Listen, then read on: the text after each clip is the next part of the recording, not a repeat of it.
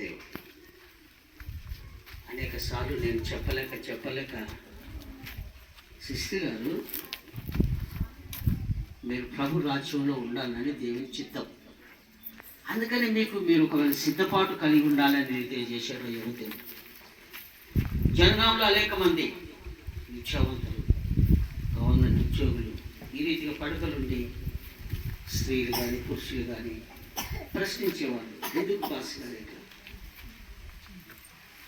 నేను చెప్పేవాడిని, మీరు పరలోక రాజ్యానికి వారసులుగా దేవుడు ఏర్పాటు చేసుకున్నారు. పెదలైన మీరు ధనిలు, పరలోక రాజ్యం మీది. పరలోక రాజ్యం కొరకు మనల్ని వారసులుగా చేశాడు. ఆ వారసత్వం కలిగి ఉండడానికి కొరకు ఇది సిద్ధపాటు కలిగి ఉండడానికి కొరకు ప్రభు చేశాడు.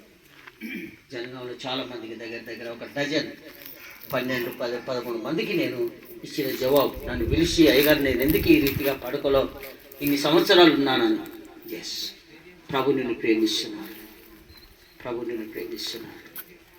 అపోస్తలుడైన పౌలు కొరింథీ సంఘానికి రాసిన 2వ ఉత్తరం